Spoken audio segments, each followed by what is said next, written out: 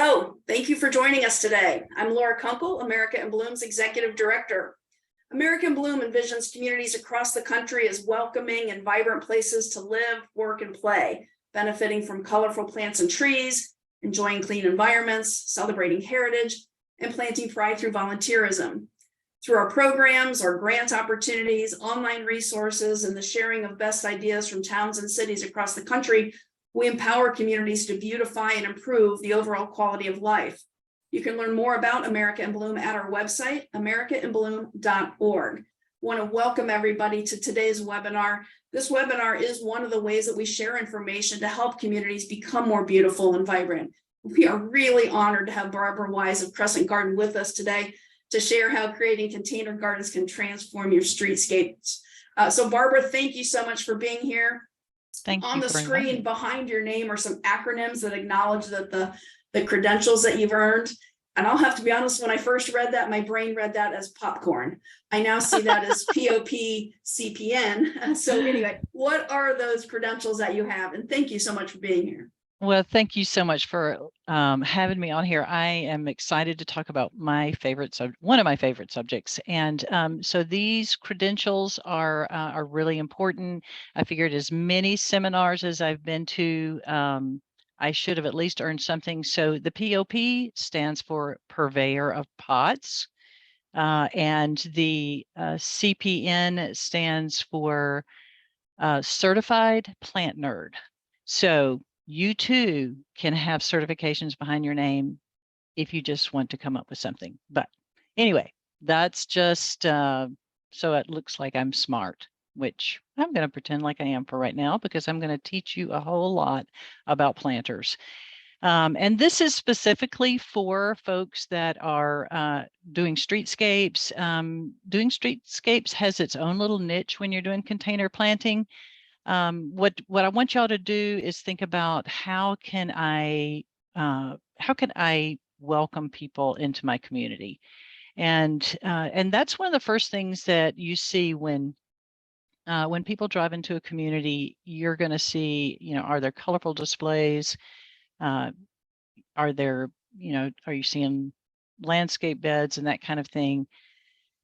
One of the things that I found during COVID is that a lot of communities just wanted a little something for people to feel like, hey, there's hope, there is beauty, there are things that are normal.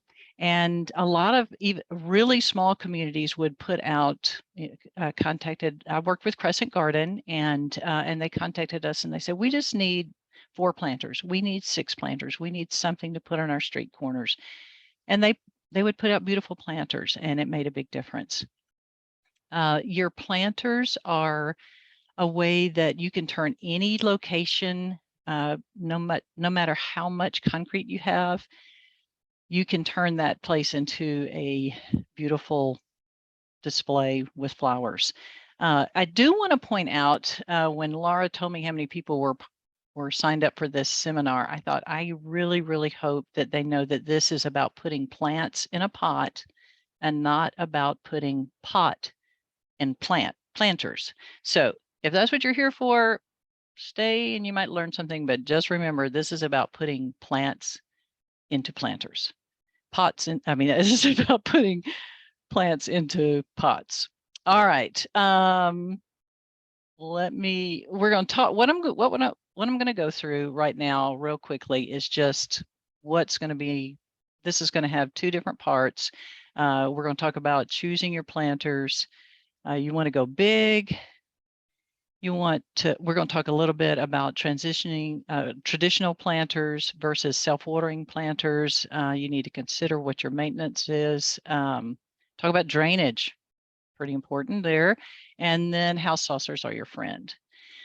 So you want to go, when you're doing a streetscape, you want to go big. This planter right here is a 37-inch planter that has a Zelkova tree in it. This is in Franklin, Kentucky. And this tree has been growing in this planter for about 10 years. When people look at this, they go, oh my gosh, that is so good looking. And I always think they're talking about my husband, because he is pretty good looking right there. So you just want but the planter itself is good looking, and the tree in it. So you can create, even if you've just got concrete everywhere and you're going, okay, how can we do flower beds? How can we put shade trees? You can use really large planters and put trees in there that can provide the shade. We're going to talk a little bit more about why you go big. This is a planter, a 36-inch planter. There are 42 of these on the streetscapes, on the streets of Little Rock, Arkansas. This has a rose, a knockout rose in the middle of it. There's lantana around it. There's angelonia. This plant, and they keep the rose in there year round, and then plant, pansies and things like that, ivy during the winter time. The reason that you want to go big is because if you've got these huge buildings, if you go anything less than a 36-inch, they're just going to get lost. With in this planter, let's see, let me go back. I don't know what happened. And go back to this first. Oh, sorry, let me go. I'll keep going. This is in downtown Chicago. This is a 48. Why does it keep going? All right, I'm going to just hang on to this for a minute. This is a 48-inch planter. As you are looking at this, you're going to think, okay, how much is it going to cost me to fill up a 48-inch planter? Obviously you want to think about your cost, as you're thinking about planters. If you're working with a budget, one of your best friends right here is a sweet potato vine, because they're huge, they grow huge, they take over. So you can do fewer plans. You can add sweet potato vines. They come in different colors. So talking about going big, one of the reasons that you want to go big also is because you want to have enough soil in there for a season long of growth. If you don't, that's going to increase your watering needs. And if you think about it, the planters dry from the top down. So you want to be forcing your plants in your planters to be forcing their roots down to the bottom. If you fill that planter up with, rocks or, other kind of material or something, they're going to get down there and they'll go, oh no, where's all the nutrients? Where all the soil? So you want to have a big planter, fill it completely full of soil, and force your roots to go down to get that water that's down at the bottom. We'll talk a little bit about traditional versus self-watering. The main thing you need to think about in this, now, again, I work for Crescent Garden. I love our self-watering planters, but I know everybody has to think about, what your needs, what your responsibilities are. In this little corner here with the big Coca-Cola in the back is a tiny little town called Guthrie, Kentucky. And there's one person who does all the maintenance. They ordered about, I think, 12 planters, self-watering planters from us, and they have one person who comes and does all the maintenance on it. So if they were having to send this one person every day, every other day to come and water all the planters, that's a huge responsibility, even just with the 12 planters. And so with the self-watering planters, they are able to maintain these beautiful displays with a whole lot less, maintenance issues with watering and everything. One of a fun example to me of just how great self-watering planters are especially for smaller communities, but for bigger communities. I mean, when you think about when there's 400 planters that they have to do, that's a whole lot of watering. But there was a small town in Tennessee that I went to go visit. They had some planters and had ordered, I think, 15 planters around their courtyard, and had been using non-self-watering planters. When I went to go see them for the first time, just to check on them and see how things were, the lady that was doing the maintenance came up and hugged me, and she said, "This has made such a big difference to me." So self-watering is just a really good option for you. If you have planters, if you look over on the other side, if you have planters that are right next to a bed that already has irrigation, you can add irrigation tubes in there. Irrigation is something that you need to maintain. So it's another maintenance issue to make sure you blow them out at the end of the season and that kind of thing. But it is a good option and a simple option for people. You know, if you can set it up. The tubes, having raised 4 teenage boys, having tubes that are connected to things can often become a target for mischief makers, but again, those things can be fixed. Okay. Oh, another thing is, you know, when you're looking at your maintenance, look at if you have staff, if they're around a store or something, if you have staff that can come and water the planters, again, that kind of takes away the need for having self-watering if you know that they're going to be responsible and water them. So just one more things to consider. Also, if you have overhead irrigation, that like the sprays that will that can hit the containers, you know, that's another thing that you can, you know, that kind of eliminates the need to have somebody come and water. And you do need to check them, and we'll talk about that with maintenance in a minute. Let me check my notes here. Let's see.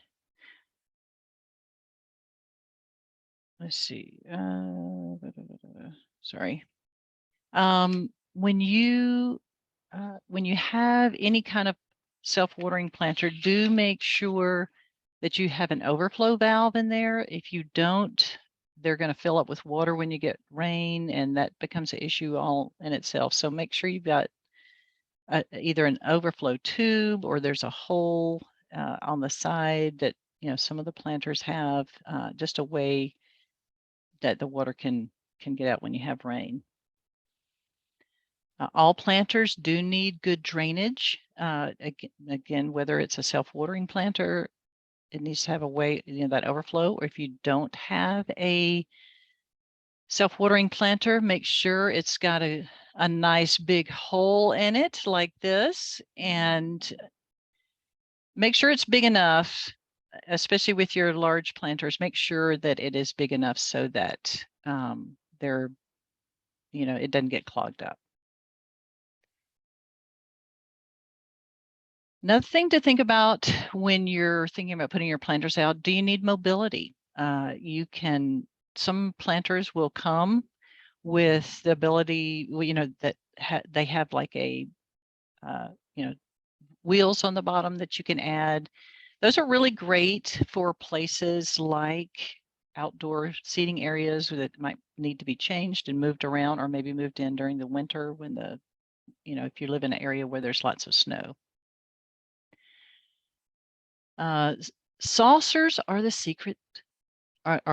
Saucers are a great secret for just maintaining your planters, and they really can help you a lot. And the way that they help you is, if you'll notice on a good saucer that there are, you know, that's got a lip on it, that's going to collect some water.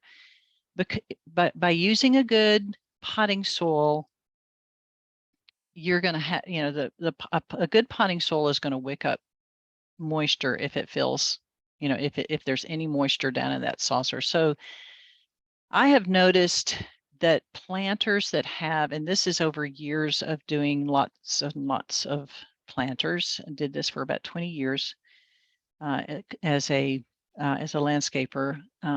If you have a saucer in there, you can actually get a day or two extra between waterings if you have water in that saucer that is wicked up. But one of the best things about having a saucer is if you're in an area where it freezes and you get, you know, you get some rain, your planters, the soil freezes and then it thaws. As it thaws, the water is going to start coming out from the bottom, and then that night it's going to freeze again. So you're going to end up with like wet spots and things like that people could slip on.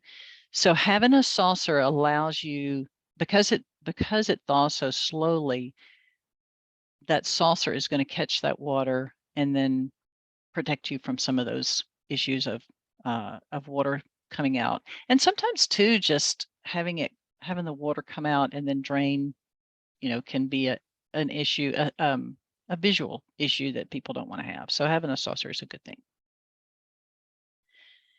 Think about ways that you can, there's a lot of empty wall spaces in streetscapes, and I love planters that are on the ground, but this is a project that I did on this huge brick wall at a location years ago, and we attached these planters. They're wire planters that we attached onto a trellis and put them on the wall, and it was just a fun way to do something different to fill up an empty wall.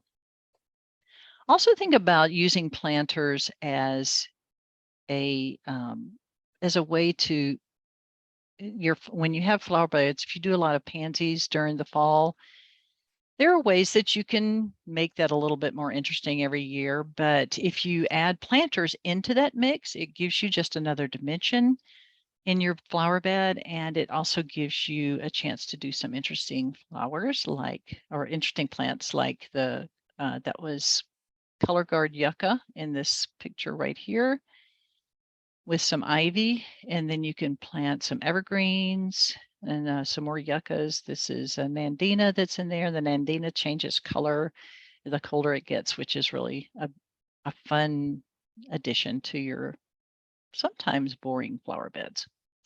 All right, we're going to talk about hanging baskets. Now, I love planters, but I also had to do, when I was doing this, I had to do a lot of hanging baskets. And one of the things that a lot of times people would go, okay, well, we don't have a big budget. We're going to go with the inexpensive cocoa liner basket.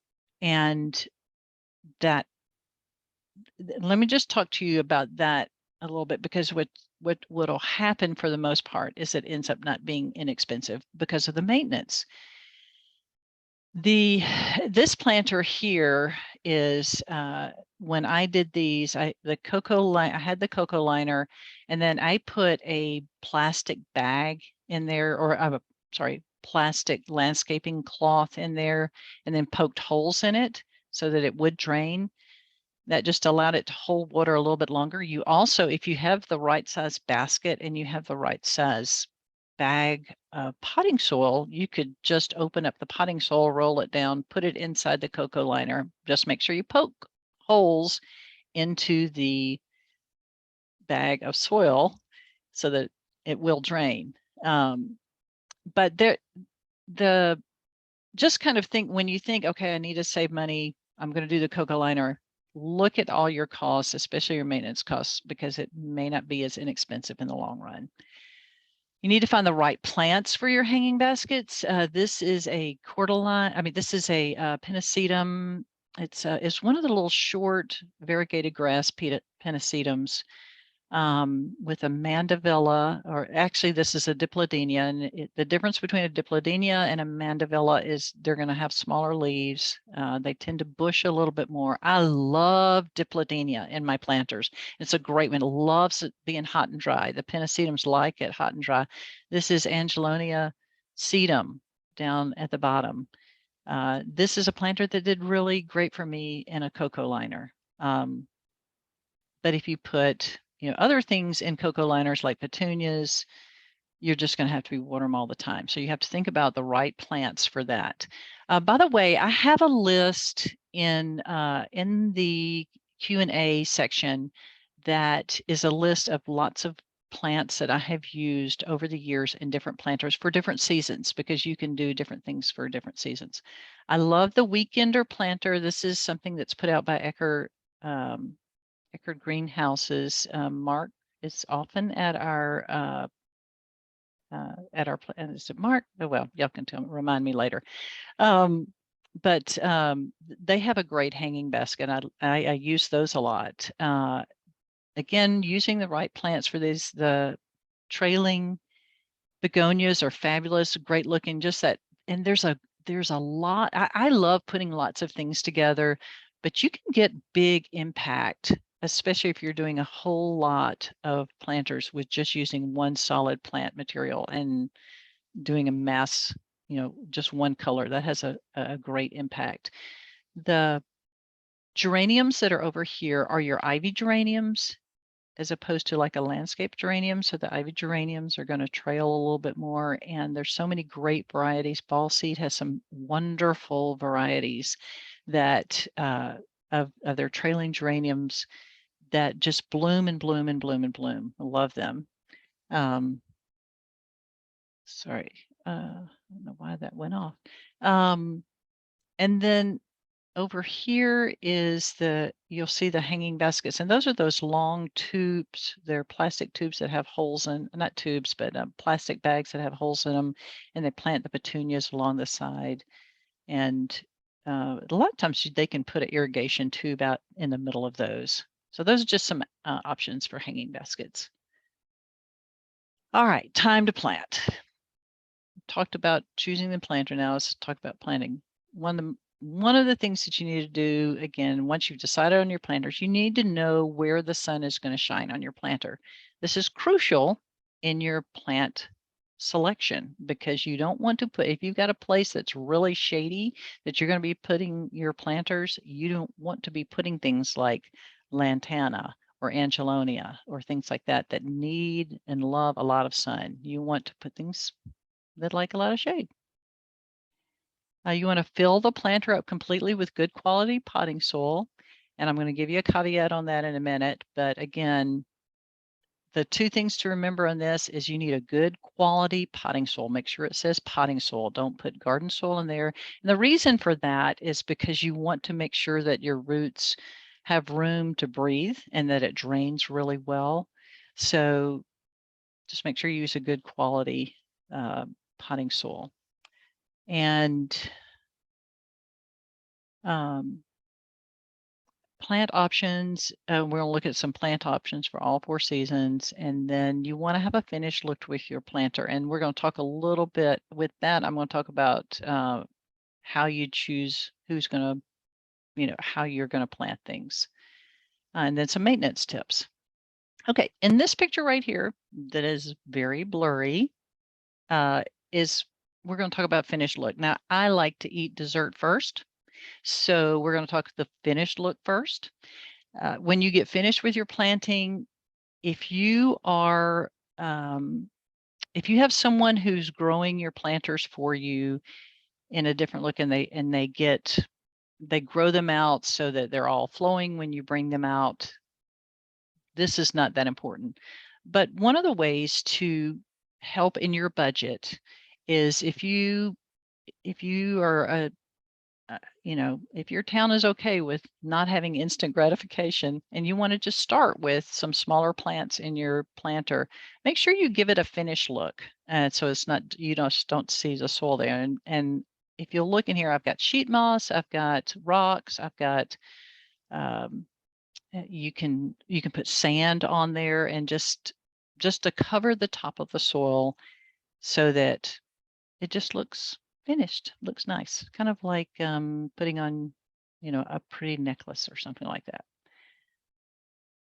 Don't, okay, when we're going back to know your sun, when you look at your, when you look at where you are, if you're in an area that has that gets lots of hot sun, don't underestimate the power of succulents there. A lot of people went, oh, we want flowers, we want flowers, we want flowers. I love flowers. Everybody wants flowers. But if you're in an area where it's going to get hot, it's going to be hard to water these. Look at some of the fabulous succulents that are out there and fill them full of succulents. I mean, look, isn't that fun? You've got texture, you've got all different kind of shades of green, and then some of them even send up flowers. So it's just a great way to do a container planting with lower maintenance. Think about if you're going to have part sun. I love banana trees. I love banana trees. I love things that are big and bodacious and just have a big, powerful look. When you have big things like this, also consider, and this is part sun, you can put these banana trees in part sun. Also think about the wind that you're going to have come through, because there are a lot of places that are part shade, but they might be a little bit of a wind tunnel. If you're in a city that has lots of high rises and you get those wind tunnels, that's not where you want to put something that's big and going to get battered by the wind. So think about your wind conditions. Shady planters, you can do so many things with shade that are not flowering, but that are, great foliage. I love strobilanthus, which is the Persian shield, this plant up here. Variegated ginger, coleus. Y'all, coleus is just, you can do so many different colors with coleus and have fun with that. Sizes, shapes, all kinds of things with the coleus. So, and coleus is really pretty low maintenance to maintain also. Can tolerate, some, it doesn't need water as much as a lot of other things. Using hydrangeas, if you remember this is the same place that was one of the earlier pictures about taking up, a whole wall. Here we've got some hydrangeas, some begonias, and some lysimachia. A few more shady options. Caladiums. I love caladiums. They're a great way. Again, it's not a flowering plant, but for the shade, they can give you lots of good color. Begonias, different types of ferns, alocasias, colocaceas, and there is coleus again. Great coleus. The power of your soil. I talked about this already, but I cannot tell you how important that is to make sure you've got a good quality potting soil to help maintain your plants. That can make or break whether your plants do well, is if you have a good quality potting soil. Planting, right. Before when you start planting, again, this is just one of those tips that if you're all going to be doing it yourself, and you want to tell your crews, make sure you loosen up the root ball before you put that plant into your planter. You also want to make sure you water those plants before you put them in the pot. A lot of times I'll get people and they'll go, golly, I put everything in and, it just wilted right away. Well, just easy way to do that. Just make sure you water it all. Because what happens when you think about this is you're putting a plant that if you haven't watered it, you're putting it into some dry soil, and that dry soil is going to leach every little bit of moisture it can from whatever you put in there. So if you water your plants really, really well before you put them in there, that's going to give them a much better chance of getting started and getting going, especially if you're planting them out on the street corner, they're getting the full sun. If you're thinking, okay, the watering truck or whoever is not going to be by here to water for another couple of hours, you want to make sure it's got a way to maintain itself before the rest of the planter gets filled up. After filling the planter with soil and plants, make sure you have about 1 inch of space around the top of the planter. One of the reasons for that is if you water your planters, again, this is if you're using a traditional planter, not a self-watering planter, but even if you're using a self-water planter, you want to leave about 1 inch of space from the top of the planter for when water comes in, that it has a place to gather before it sinks in. Otherwise, what you're going to have, if you fill the soil all the way up to the top, when you water, it's just going to fall off. So that little 1 inch at the top is going to make a difference when you're watering. Leave room for your plants to grow. Again, this kind of goes back to, whether you're going to have somebody else grow them for you and they bring the planters out, or if you're going to plant them yourself, directly in the pot on the street corner. I think everybody loves to have that instant gratification. Let's just cram as many plants in there. But if you have good quality plants and your plants are going to grow, and you choose things that are, going to grow, that are going to expand, you want to make sure they have room to grow and to fill in, and so that they're not too crowded in there. And then, because if you get too much in there too early, you're going to have issues with, things not getting sun, or they'll, if you're in a high humidity area, you might get some issues with mold and that kind of thing. So just leave room for them to grow. And then if you've heard about the container design idea of the thriller, filler, spiller, I love that. I use it a lot. But the downside of that, if you're thinking, okay, I just need a thriller, and a thriller is your big plant. And we'll see an example of that in a minute. Your thriller is your big plant. Your filler is your big bushy plant that you put on the side. Your spiller is the one that'll come off the side. Those are great if they're up against the back of a wall. But most planters in streetscapes, you want to have a 360 display. So when you're thinking about it, think about putting something tall, something bodacious in the middle, and then you want to plant things around to fill in. Okay, here's my caveat on where I said you need to fill your planter completely full with soil. You don't want to put anything at the bottom. There are options, and I bring this up because I did this for years when I was doing about 800 planters a season. So we would plant a lot of them in our greenhouse and have them grow for a little bit and then take them out. You can use planters, and the thing that you want to remember about this is you don't want to get if you've got a big planter, you want to make sure you have a big insert. And you can use a plastic insert that fits, even if it doesn't fit perfectly, just make sure it's big and it's deep to hold lots of soil. You can use the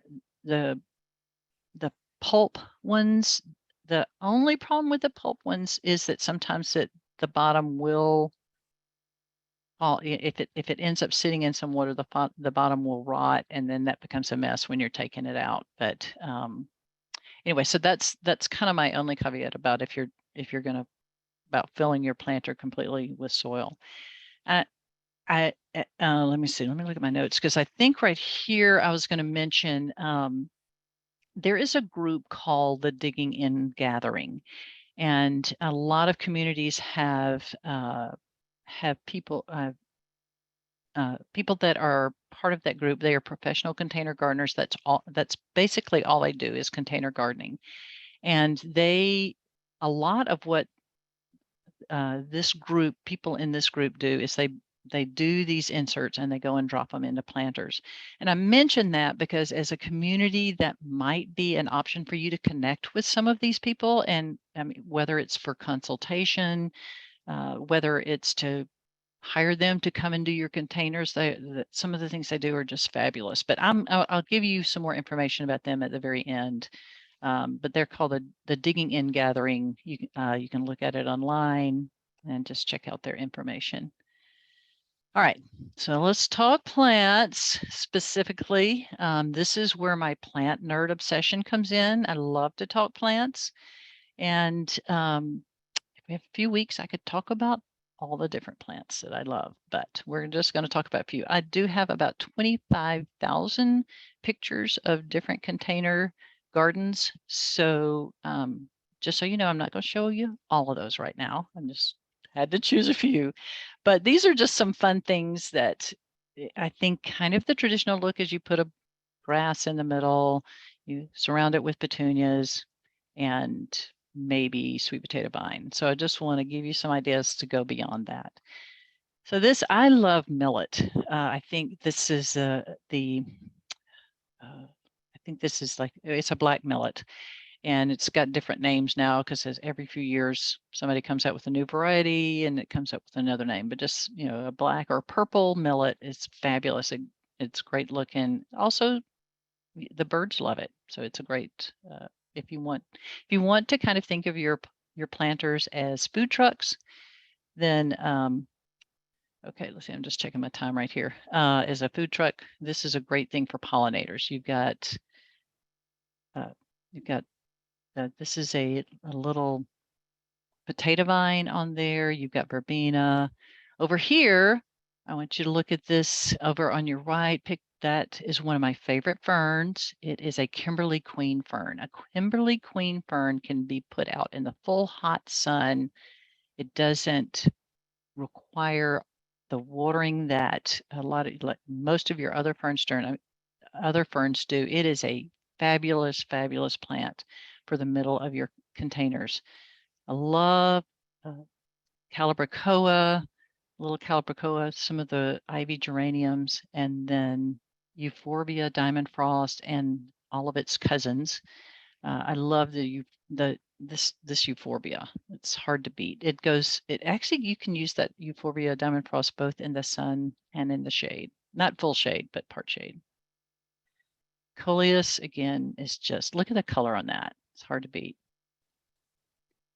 Using succulents, little miniature evergreens in your beds. There is, one of the things that when people think about putting their planters together and they think, okay, I've got to think about cost. If you just go with your evergreens, that's a great way, and you would keep them year round. I mean, this is a nice soothing look right here in the middle. I love things like Secretia and the little mosses, rose moss, portulaca. Cannas are a great way to add accent in the middle. I will tell you, when you put cannas in the middle, you need to make sure it has room to grow, or the roots of the cannas, even in one growing season, can get so big that if you have a ceramic pot, or a clay pot, it'll break that pot. But they're fabulous for that look. Vincas are a great plant for see the little red vincas here. They're a great plant to use. Vinca and lantana are great for sun-loving, drought-tolerant, and so many different. The trailing vincas are fabulous. Petunias are there are lots of good petunias there. Let's see. Let me look at my notes. Sorry, this thing goes by itself if I'd lift my finger up. This is I've went using. Okay, I should have written all this down because I thought, oh, I know. Oh, hibiscus. Here we go. Get busy talking and I forget some of the things, but I love hibiscus in the middle. Great floral displays. And palms in the middle. All right, so you're getting into the fall. You want to have a little bit more fall colors. I love the crotons. Again, some evergreens. When you get into your fall and your winter plantings, if you can, now some of your areas you're going to be up north, and there's not a whole lot you can do because snow is going to cover your planters. But if you can plant things, I mean, if you can see your planters, you don't have to just use cut evergreens. You can plant things in there. Again, if you're thinking about the cost and thinking, okay, this is going to cost me a lot to put in a red twig dogwood and a golden arborvitae and little variegated hollies. One of the things that I did in one of my communities is the community bought all these plants for their planters, and then at the end of the season, when we took them out, they donated them to Habitat for Humanity. So they were able to have a tax write-off for the things that they donated. Another community, I didn't do this, but another community heard me talk about doing this, and what they did is they had somebody pay for the evergreens that would go in the middle, and then that person got that tax write-off to give to Habitat to Humanity. So there's just ways that you can do this that, where you can have some really fun, fabulous displays without having to go, okay, we're going to blow our whole budget on this, these planters. I love camellias and planters. And the next couple of slides I want to show you are about adding something besides just your traditional round, tall round planter or square or rectangular planter. I love the power of a bowl. And these are just a few pictures that I've taken around the country of plantings, streetscapes where people have used bowls, and I just love the way that they look. Using up a space that can kind of become bare, it's kind of hard to do something with, but just putting a planter, again, that's a little rose in there. Using the bowls on the side of the bench allows that area to feel a little bit more cozy without being overwhelming. And this one, I love this. This was at the Getty Museum in California. It kind of reminded me of the 2001 Space Odyssey, like these are little saucers coming in, flying saucers coming in, landing. And for winter evergreens, or cut evergreens are a great way to do your winter planters. This is at a seminar that was put on by the Digging In Gathering. I can send you more information about that if you need to. And this, again, we're talking about going big. This is in downtown Chicago, and these are some large planters there. And the going big works when you have snow that comes up to halfway up the planter. I love red boar kale. That's this purple kale in the middle, really, really tough. And then one of the last things I want to talk about is, I call it container lanyap, a little something extra. When you're planting up your spring planters, put some bulbs in there that'll come up, late May, June, flower. These dahlias will flower off and on all summer long, but your gladiolas can be put in the middle. Maybe you've got a small grass or something that you've got there that's going to take it a while to grow. Have the glads come up, give you a big bodacious display, then cut them back, and then by then your other plant will have come up in the middle and start to take over. So it's just kind of a fun little thing, fun little surprises in your planters. For maintenance, here's a couple of things about the difference between a slow release fertilizer versus a liquid. Your slow release is a great thing. In a good quality potting soil, you most likely will have a slow release fertilizer built in there.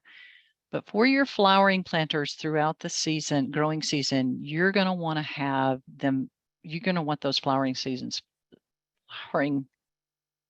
You're going to want your flowers to be fed throughout the season. So you'll start off with your slow release. A lot of times I'll just take a handful of slow release and just throw it into the soil, mix it into the soil. And liquids are great for if you have a self-watering. You want to use about 1/4 of what they say on the back for instructions if you're going to put it inside the planter. But that would be the main thing, is if you use a liquid, if you have a self-watering, you want to use a liquid, slow release. You're just not going to get the instant gratification. I mean, the instant response that a liquid will give you. Fertilize every 2 weeks during the spring and summer. Fertilize every 2 months during the fall and winter. You do want to prune midsummer. And I mean, even those annuals, you're thinking, oh, look at my petunias, they're huge and they're long. Remember, they're going to keep getting longer and longer, and that weight is going to pull them down. And so it's going to be hard to do this, but you want to trim those up and get them, a little bit shorter. And also check for pests. So make sure you've got somebody checking to see if there's any bugs on there. I would recommend using a systemic so that you're not having to spray and then you have issues of the spray, getting around the area, just protecting your people in a public area. I would use a systemic. And then just have fun with your planters. Think of things that you can do that are different. And I think we're about to go to question and answers. And I think I've sped through. Okay, let's see. Here we go. We have a lot of good information on the Crescent Garden website. Here's the digging in information. National Garden Bureau has fabulous ideas for putting together planters, so check with them. And then Laura, I will let you take it away from here and see Thank if you, we've got some Barbara. questions. Yeah, we do. We have several questions. We're going to start with it's a two-parter about soil. The first part is, how do you define a good quality potting soil? And the second related is, how often do you need to change the soil in the containers? Those are great questions, and I'm glad you asked that. So as far as a good quality potting soil, the main thing you want to look for on there is that it says potting soil. So I don't want to offend any of we have great sponsors with America in Bloom. So, but any of your, your brands, you've got, I love Fafford. I like um, Frog, Happy Frog. I like Miracle Grow. You're going to see a lot, lots of different options out there, lots of different prices. But again, the main thing you want to look for is that it says potting soil in there, or container soil. You don't want to put a grow mix in there. You don't want to put, there's certain things, certain other soils that are really better for other types of things, like a garden soil or something like that. So what did I just say? Make sure it says potting soil on there, or container soil. And then the second part was, how often do you change it out? I recommend changing your soil out about every 3 to 4 years. But what I do is, when I take the plants out, I basically, by the time you pull all the roots out, you've pulled out a good half of that soil there. So pull all that out. This is where you come in with your handful of slow release fertilizer. Throw, a handful of slow release fertilizer. I also love Espoma products. Like the Plant Tone. You can get. I almost always get a small handful of Plant Tone and put that in there, and then I add more good soil on top of that, and then plant. All right. So the next question asks, aren't bowls problematic for holding moisture? Well, the bowls need to have a drainage hole in it. So I'm glad they pointed that out. There are a lot of bowls that don't have holes in them. There's a lot of OLE, holes and bowls. Well, I guess bowl's not spelled OLE. Oh, well. Anyway, all that to say, just make sure you got a hole in your bowl. There we go. All right. Next two questions are related to plant selection. So the first question is, and this person is from New England, to give you some perspective on geography. They're asking, what plants would you suggest for a traffic island in the hot sun? Okay. And a follow-up is, and can a planter, a self-watering planter, work on that traffic island? Oh, yes, and they can and have. Again, you're in New England. If you oh,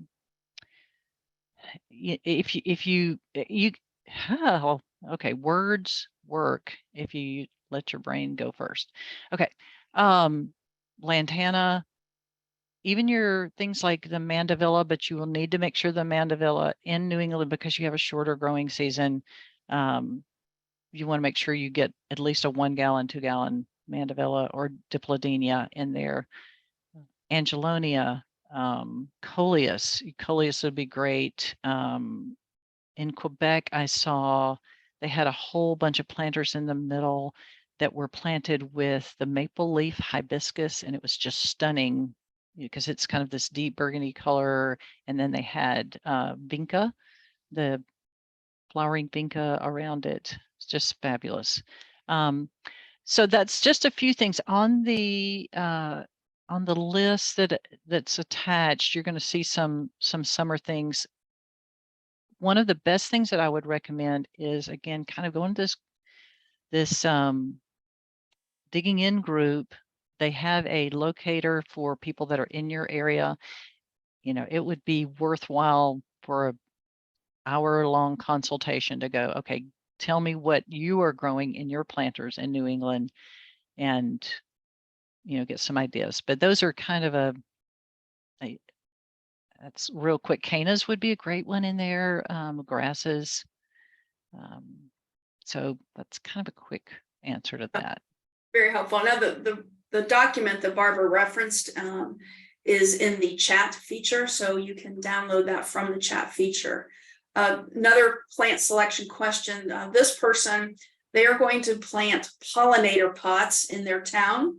Can you talk a bit about good pollinator plants? Yes, I love to talk about pollinator plants. So again, lantana is a great one. Any of the small sunflowers, those are a great pollinator plant. If you plant coleus is I know you're thinking, oh, it doesn't have a flower, but most of the coleus do eventually flower, and those are great pollinators. And a lot of times people come along and they clip that off because they want it to look, for some reason they think the coleus looks better if it doesn't have the flower on it. Usually it's a beautiful blue flower, but those are great pollinators.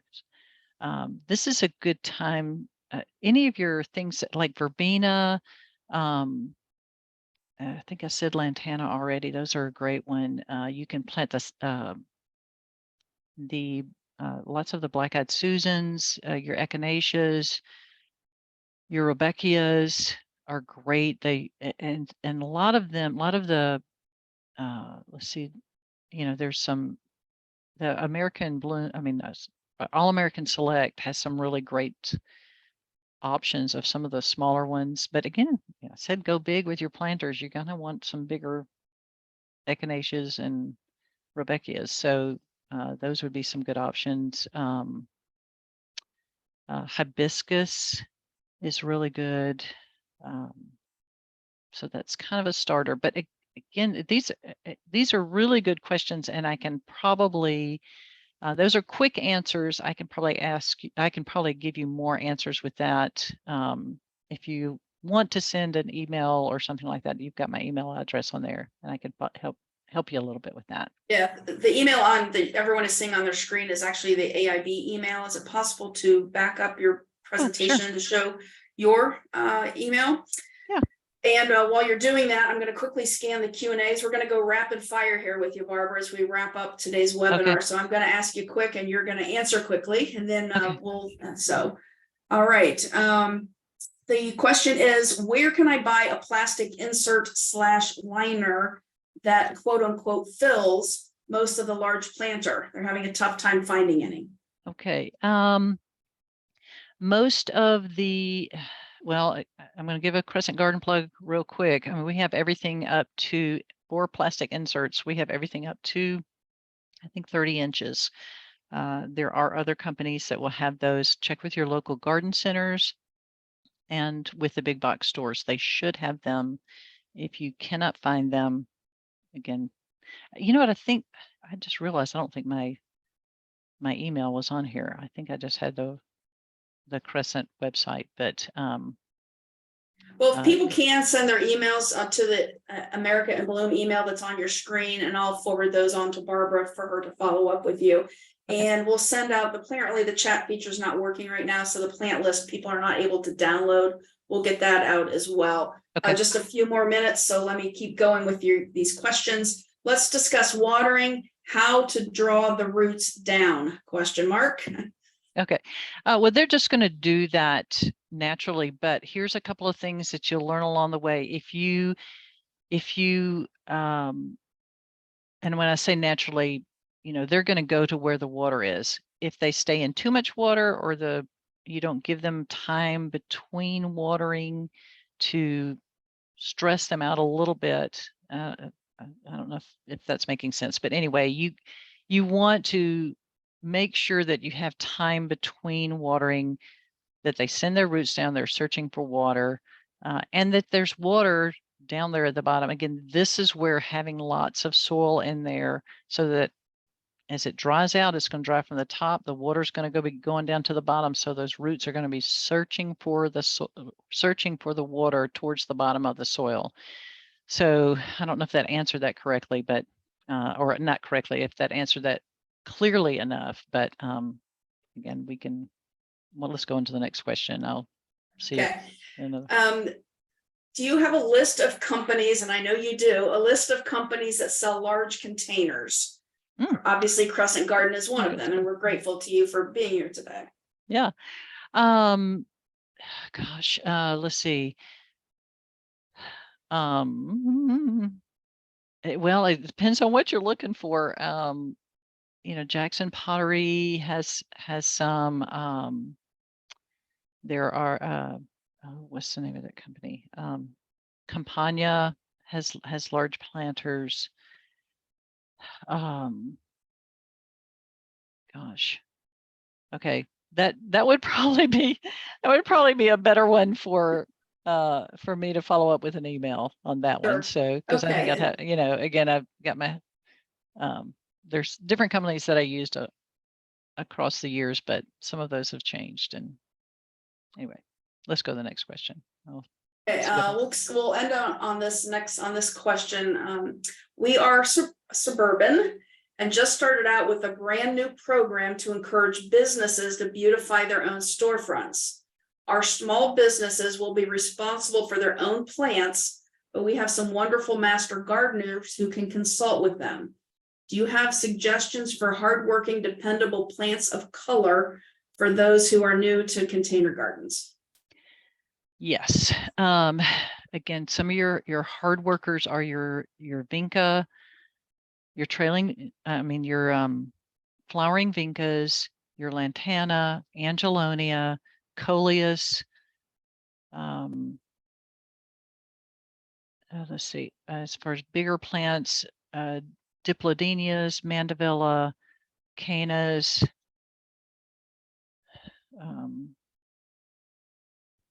That's a great list. I don't. Yeah, sorry. Keep asking your memory bank to pull quickly.